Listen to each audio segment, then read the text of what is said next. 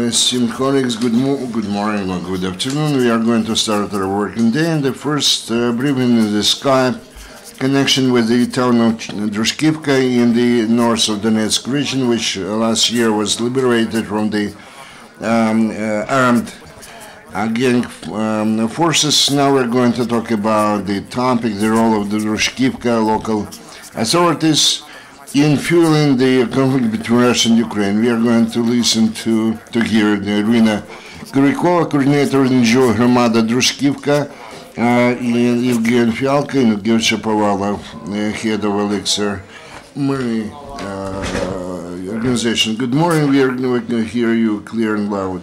You have the floor. Yevhen Shapovalov. My name is Yevhen Shapovalov. I'm head of the Oleksa Myrnyi Society. Our countryman Oleksa Myrnyi actually resided in the Donetsk area, and in due time, some time ago, he actually predicted what was going on today, actually, and I would like to read out the quotation which he said almost 50 years ago, which is important to understand what's going on today. In the Donetsk area, there are 2.7 million Ukrainians, 1.4 million Russians, so 303,000 Greeks, Jews, Tatars, etc. Approximately the same in Volgograd, now Lugansk region. But Donetsk is not a state, but a component. Let's say one of the part of Ukraine. Russians or other nations or ethnic groups of this area do not have the right to solidarity with Murs or Tatars in Russian Federation is an example, or Jars and Ossetians in Georgia, etc. Russians and others has to learn and speak Ukrainian language, at least tolerate, if not let's say not to respect the culture of the country they live in. And otherwise, it would be a violation of the regulation of the state. Those who live in the Donetsk area who neglect or do not respect the Ukrainian people can be compared with the colonists or plantation masters, let's say in the United States, or Germans and Bulgarian and Greeks in the areas of the Ukrainian Cossacks, including the Donetsk area under the rule of Catherine II in 18th century. That was written by Mr. Myrnyi almost 50 years ago. We have the same picture today. Sometimes they say that it's very bad in the area where there is no prophet. The worst still is the prophet is there, but he's been abandoned or forgotten. So we published the works of Myrnyi 4 years ago. We sent it out to libraries, but it taught nothing to anybody. The major event which we're going to have is the local elections, forthcoming local elections. I personally, there are a lot of supporters, and now I can say that our governor, Mr. Zhebryvsky, became our, let's say, follower, and it's very good that he heeds to us. And but to hold now elections in the Donbass area is not expedient, it's not reasonable. I would also even say that it would be a criminal act. We have the situation available here today. The authorities, the incumbent authorities, the authorities of Yanukovych, they were doing under Yanukovych the same they are doing today here. Somebody can say that if we conduct the election, something will be changed. No, I live here. I constantly actually follow the voters which are here, and they try to monitor continuous situation available here. And I can say that all those people, like before, they are disoriented and actually fooled by our authorities. If we do not conduct the elections, so what they will do to us? I believe that our authorities is in a suspended state. 50% of the deputies disappeared, and they were involved in the separatist action. Somebody has been put behind the bars, and half of those are under investigation. Some of the mayors actually brought to responsibility for 3 different criminal cases. So they all find themselves in a suspended situation. If we hold the elections today, I am positive. Yeah, well, actually, we could see the example of the parliament elections. So we are going to have the same result. They are going to elect the same people, but they will be already legitimate. They will have all the trumps in their hands, and they will say, the people voted for us. We should not do that, because the Donbass area is a special area. I don't want to say that we are better, worse than anybody. We are different. By virtue of the destiny, there is people in the Donbass area, in the democratic point of view, who are used to work a lot and get good money for that.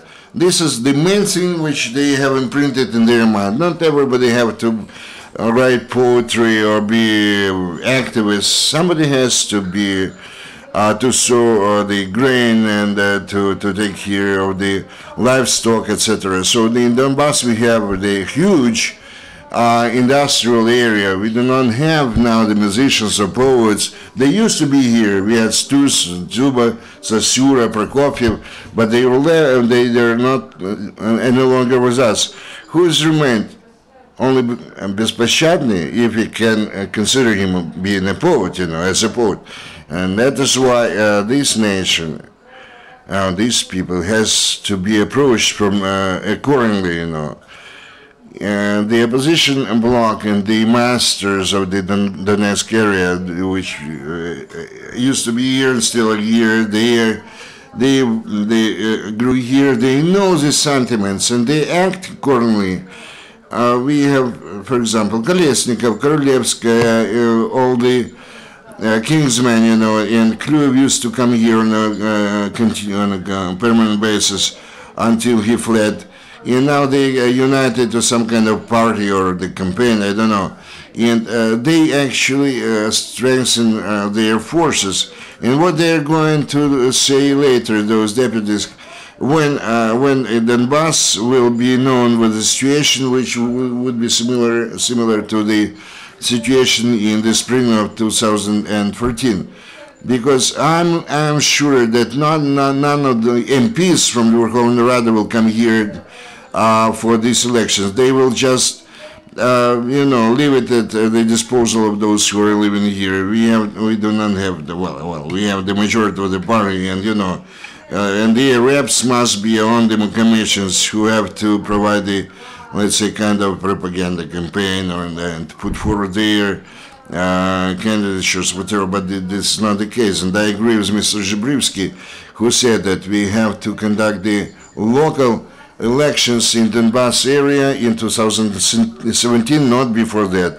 And what we can do within this period of time, I would say that the majority of mayors who are not in investigations, they will be put behind the bars, and we are going to have the re-elections, And if there is no quorum of the deputies, they will actually nominate, or let's say, rule to have another elections. And of course, you have to pay attention all the time to Donbass, which is not the case. In let's say, in this sense, how I actually understand that. And another quotation from Stihi. I surprise people when I read out the quotations from this book. 50 years back, Alexei Ivanovich Tikhий wrote the following, and this is why he was sentenced to huge terms, and he actually served this term in the concentration camp under Soviet rule, and he was deprived of his freedom and rights. He was tortured, and he actually was killed in Mordovia jail hospital. He wrote, Donbass area is 1/6 of the Ukrainian SSSR territory. Its cultural national development can serve either a good model, a good example to follow for the whole Ukraine, or let's say a cholera-like in the very, let's say, example. And in the second case, the shame and the curse will be put on the head of everyone living in Donbass, which actually is the case now. Thank you. Iryna Kirikova, she is head of the public organization community of Druzhkivka. You know, I will probably continue this thought about Oleksa Myrnyi because he is a very significant compatriot of ours, fellow countryman, you know. Probably we used to know him previously before, but many people discovered him for ourselves. So this year, on the 6th of July, a year exactly after we were liberated, a year after the bandit formations went out of Druzhkivka, and they were humiliating us in 2014, we suddenly found out that in those prison cells where our people from our city were tortured and killed, in 1970s, Oleksa Myrnyi was imprisoned in those cells, in that jail. So just imagine, since 1970s, nothing has changed in our city. We are a domain of the Party of Regions. And after the terrible events of 2014 that happened in our city, that were just frightening, scary, and terrible for the residents of our city, nothing has changed. The city's mayor, who used to be the mayor in 2014, he is still the head of the mayor's office in our city. I'll tell you more. This person, you know, he invents legends that when he invited terrorists to raise the so-called DNR and Russian flags over the mayor's office, he says that he tore those banners down, but it's ridiculous. I lived more than 50 years in this city, and this person is lying to me, looking me straight in the eye, and he doesn't even blink. Everything is built on lies. People are used to this. The Party of Regions has raised up a terrible, terrible society and community of such leaders who are heading our cities. I'll tell you that this is very dangerous to hold elections in such a situation which is today in our cities. No one has drawn conclusions. On the 8th of July in 2014, after our cities were liberated, I met in Slovyansk our president, and today a year has passed. After a year, I want to address, using this link-up, I want very much to address Mr. Poroshenko. I want to ask you, just as I asked you a year ago, please pay attention to our separatist terrorist authorities. These authorities are humiliating people. They are, in 2014, they helped to kill people in our Gestapo prisons. They were in cahoots with terrorists and separatists, directly cooperating with them. They were conducting a separatist referendum. They were dreaming they slept and dreamt about leaving Ukraine. They hate this state with their entire body and soul. They hate Ukraine. Yes, now they say that they are Ukrainians. They put up banners and flags in our city. Yes, I am glad that our flags are there, but this is not sincere, and this is ridiculous and pitiful that especially patriots do not feel the support of Ukrainians from Kiev, of Kiev leadership. I don't even ask, I call upon you, please come here, help us. We're waiting for your help.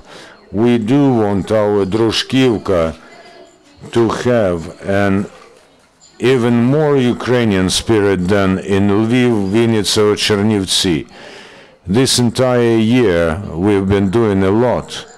Here we see our volunteers who, as distinguished from people who took an oath as public servants to Ukraine, as state servants, they haven't done anything for this Ukraine. And these guys, you know, they are feeding so many displaced persons. We help our soldiers very much, thanks to our volunteers, thanks to a pro-Ukrainian community. We have a lot of Ukrainians who are ready to work round the clock and do something in order to have Ukraine here, so that we remain within Ukraine. So I ask you very, very much, our MPs, but not those who represent our region in the opposition bloc, please, Ukrainian MPs, hear us and help us, please. Thank you, Iryna. Yevhen Fialko, who is editor-in-chief of the newspaper Our Druzhkivka, Nasha Druzhkivka. I have a somewhat different opinion regarding the forthcoming elections. I'll try to provide grounds for that. Now we have the situation like the chess game, when any move would be detrimental to this player. You know, I have a unique experience in actual participation and observation over the elections in the city council. I used to be the deputy of the municipal council and the regional council as well. And since 1994, as a journalist, and since the latest session, practically during all the sessions, I attended almost all of those sessions, and the majority of them are described in my articles published by different newspapers. I would say that from one convocation to another, the quality of the deputy work was changing for the worse all the time. And honestly speaking, this convocation, actually, I don't want to have those people any single day more. So they say they can continue to work till the year 2017 or 18 when something will have changed, but I'm absolutely against that. I believe that they are abusing our time for too long now. I think that if they cancel the elections, nothing will be left just to extend this period of, let's say, agony. So I do not have any selection or any choice. Elections in this area have long time ago become the formality. Everybody knows who is going to be the winner. They know how many votes are required for this person to become the winner.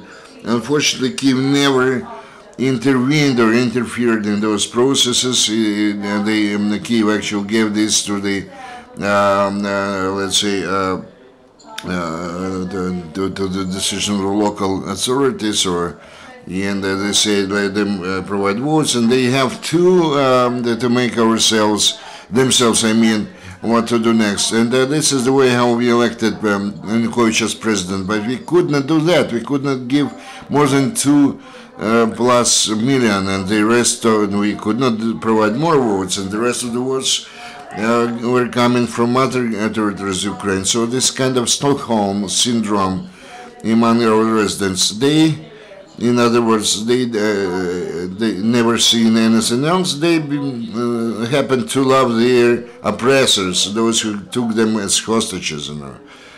This is a well-known phenomenon which has been studied a lot. That's why they will do everything possible in order to stick to their point of view or opinion and seek some justification for their actions, because practically all of them were participants in all those crimes.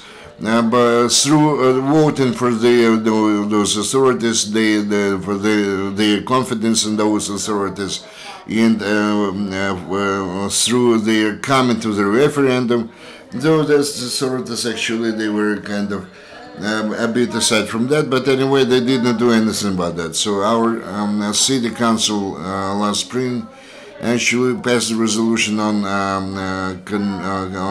holding the referendum, and they were working on drafting the resolution of the referendum regarding, for example, the status of the Donetsk region. So such deputy as the editor of the city newspaper, Boris Yuzek, he was insisting upon recognition of the DPR, Donetsk People's Republic. Why we are afraid of DPR, he said. And another deputy who is the chief physician on one of the hospitals in Mariupol, he said that it was included in our agenda the item about the withdrawal of Ukrainian troops from the Donetsk area. And they put that on the agenda. So the deputies became even more radical than the municipal authorities. And those deputies are still there. Well, still there, well, with the exception of those who actually stand themselves for some real crime. And of those who participate in those campaigns, the same journalists remained in that circle, or the editor-in-chief of that city municipal newspapers. In other words, nothing has changed or is being changed. And I do agree that 50 years that Oleksa Tichy was talking about that the growth of Ukrainian language are being eradicated on the territory, anything Ukraine is eradicated on the territory of the Donetsk region. So the roots of what's going on in Donbass, they shouldn't be looked for here in Donbass, but in Kyiv. Unfortunately, over the year, nothing has changed. That's why not to conduct the elections, not to hold the elections, is also not a bad thing, because there is only hope for some kind of natural progress of development. If we do not hold the elections, we are going to interfere with the natural progress of things, and nobody knows whether it will lead to a better situation or worse situation. In any case, this will have a negative. We will be negatively perceived either when they ban on the elections or holding the elections. So there is only one way out. If all the pro-Ukrainian community will rise and start to fight for their objectives, their ideals, and we can only hope on the support of Kyiv, on the support of the pro-Ukrainian support and community. There is no, I can't see any other way out of this situation. Thank you, Mr. Yevgen, and to all the rest of our esteemed guests. We have to start the Q&A questions. So the first question, please introduce yourself. Olena Stetsuk, Ukrainian Crisis Media Center. The first two speakers said that it's not worth holding elections in your region because this won't give any significant result. Everything will remain as it is. So what's your opinion? Is it about the majority of the population who are anti-Ukrainian, or are you afraid of administrative resource and rigging elections? And my second question is, you said that some councillors and mayors have fled and some of them are under investigation. I'd like you to be more specific. How many such people are under investigation, or at least tell us in which cities and settlements this happens? I am from Oleksa settlement, and I'm a councillor, local councillor. Our local mayor, Yulia Nagorska, has fled to Moscow. She was involved in something, I don't know, this is in security service materials, and she's not here. The argumentation for non-holding elections, not to gulp your time, I'll tell you. It is bad not to hold elections, but at the moment to hold them is even worse. Donbass is the territory of slaves. Everyone is educated in such a spirit, and half of them, those who are working, they will vote as they are told at work, because a miner is a slave. They will do as they are told. When they say the miners went to protest, don't believe, because they will never go and protest without their shop masters and directors. You know, if they say a word against their managers, they will be fired and their families will be hungry. And now I see every day as this opposition bloc, which we call occupation bloc, is working on our territory. The Konstantinivka newspaper is bought by them. I won't name the names, and it is given free through postal service and so on, and they are doing writing such things that my eyes are popping out, and we can't do anything because we don't have money. If we hold elections, then this will be the same party of regions who will come to power, and they will become even stronger. Why Kiev authorities are doing such things? But what is the mood of the population? Are they pro-Ukrainian or not? I'll tell you. I want to tell you that there are no fully pro-Ukrainian views here. We are a very complicated region in this respect, but more and more, when we compare the situation on the occupied territory, as it is very close, and people from those territories come to us to buy some stuff, they understand that it is better to remain within Ukraine. So I say, thank you, Kiev, thank you, Ukrainians, that we are Ukraine, that we are still in Ukraine. And I have some displaced persons living with us, and they are going to the occupied territory from time to time to see how their property is.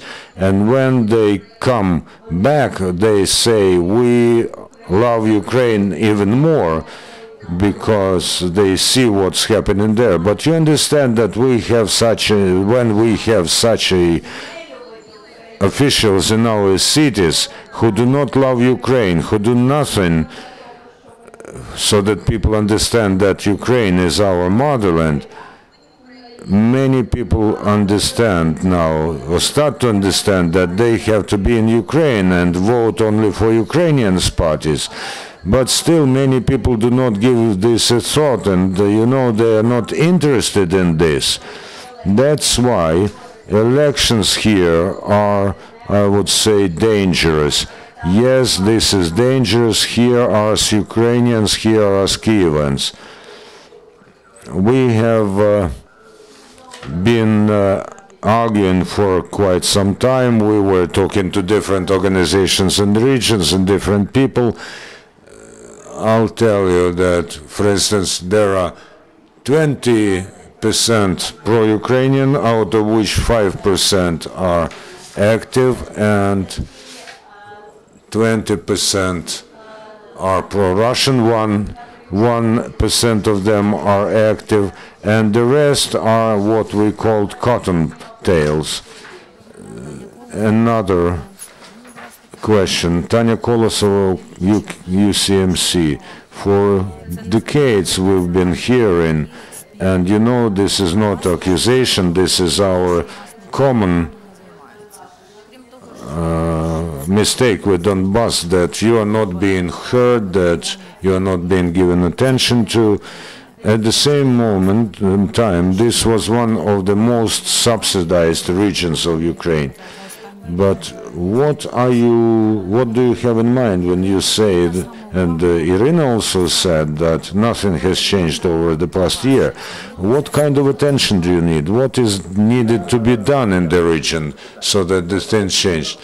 I am telling this all the time to journalists, to correspondents, to politologists and political technologists. Please come to Donbass. You had to be here even earlier. I told Naem and a group of journalists, I was telling them, you should be here in Donbass and be handcuffed to the radiator so that you sit here and see and watch what was taking place in Donbass. And no one knows what Donbass is, including you, those who are sitting in this studio. This is the main reason. Thank you, Yevhen. Thank you, colleagues. We are finishing. See you next.